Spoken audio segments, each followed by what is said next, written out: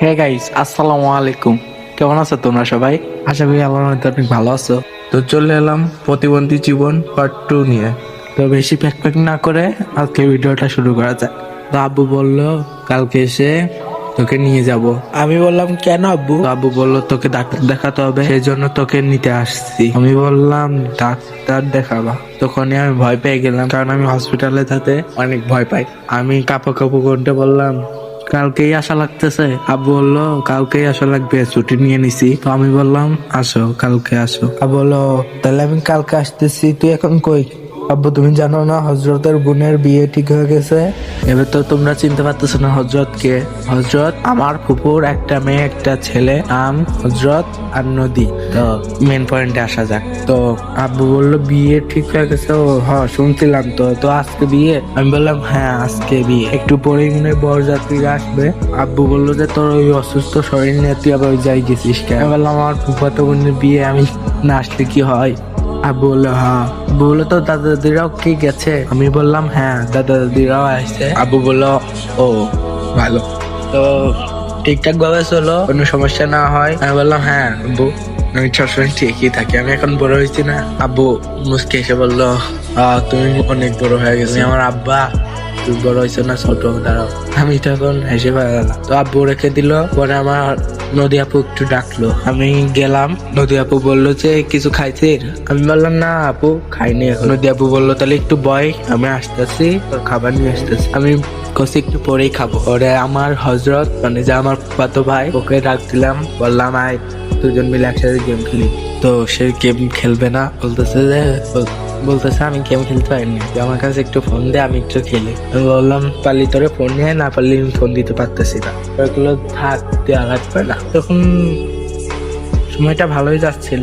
আর একটা কথা তো তোমাদের বলাই হয়নি, এইবারেই আমার নদিয়াপুর চাস্তু বোন, যাকে আমি খুব পছন্দ করি, আমার যখন 7 বছর বয়স তখন তো বলতো তোর সাথে বিয়ে দিব, আমি কানই ধরতাম না। এখন যখন আমার 12 বছর বয়স, তখন আমি আমার নদিয়াপুর চাস্তু বোন দেখে ক্রাশ খেয়ে যাই যে এত সুন্দর একটা মেয়ের সাথে আমার বিয়ে দিতেছে। তো আমি কানে ধরতাম না। পরে লাইন মারার চিন্তা ভাবনা করলাম, মেয়েটা কোনো পাত্তা দিচ্ছে না। ওরে মাঝে টাঝে চোখ মুটক মারতাছি, ওরে মেয়েটা দূরে সরে যায় খালি। তো অনেক চেষ্টা করার পরও কোনো কাজ হলো না। তখন আমার আপু শ্বশুর বাড়ি থেকে বরযাত্রী এলো সবাই। তো তখন আমার আপু বরের দেখলাম, তো মাশাল্লাহ অনেক সুন্দরী। কিন্তু আমার কাছে সব ছেলেরই আমার সব ছেলে মেয়েদেরই পছন্দ হয় না, যারা আমার মনে ধরে তো ধরে। তাও মোটামুটি ভালো করে দেখলাম। সবাই এলো, সে গেল, সবাই যে হাত মুখ ধোয়ালো, আমি যারা পছন্দ করি সেও হাত মুখ ধোয়ায়। এবার পরে আদর যত্ন করার পালা।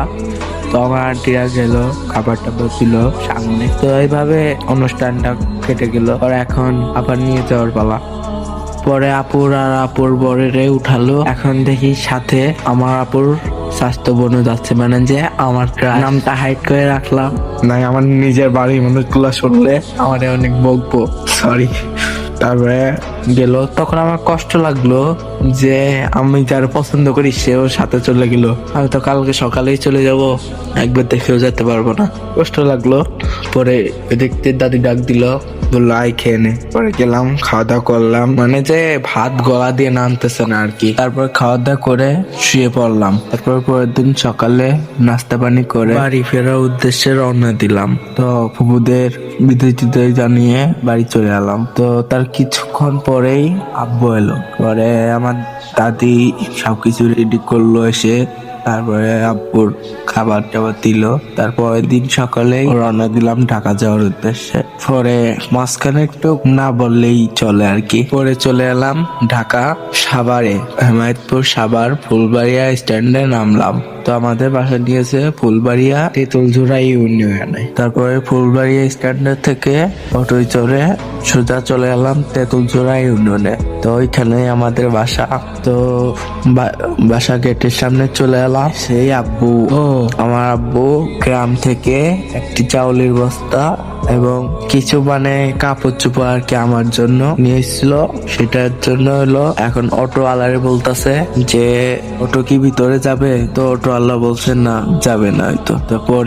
তো পরে একটা মেয়ে এলো, বলতেছে যে আঙ্কেল অটো তো যাবে না ভিতরে, আপনাকে এইভাবেই নিয়ে যাওয়া লাগবে, অটো তো ভিতরে যাবে না। তো আমি একটুক্ষণের জন্য অবাক হয়ে গেলাম যে তো সে আমার হজরতের চাচাতো বোনের চেয়েও দুগুণ সুন্দর।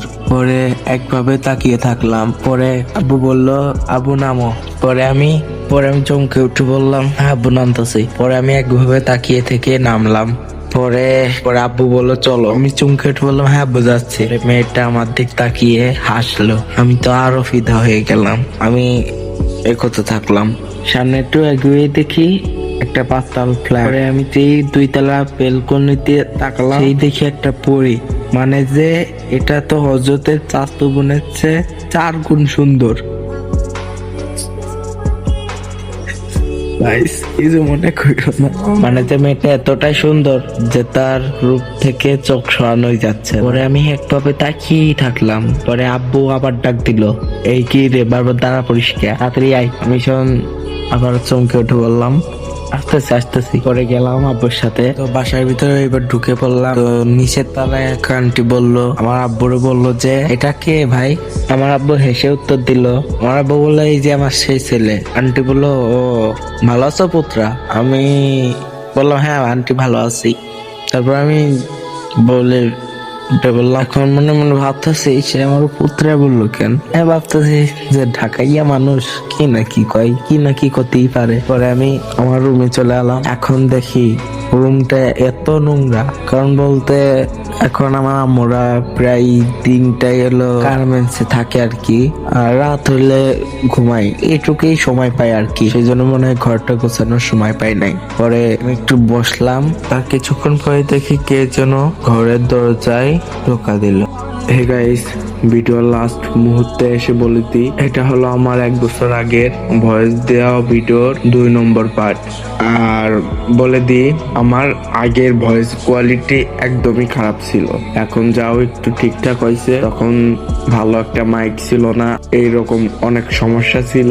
এখন টুকটাক সবকিছু আছে। এখন ইনশাল্লাহ ভালো মতন ভয়েস দেওয়ার চেষ্টা করব।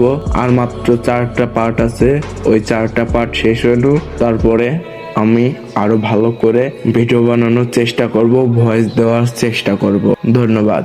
আর এটা বলে রাখি, যারা যারা চ্যানেলে নতুন, আমার যদি 10টা ভিউ পড়ে তাও আমার অনেক।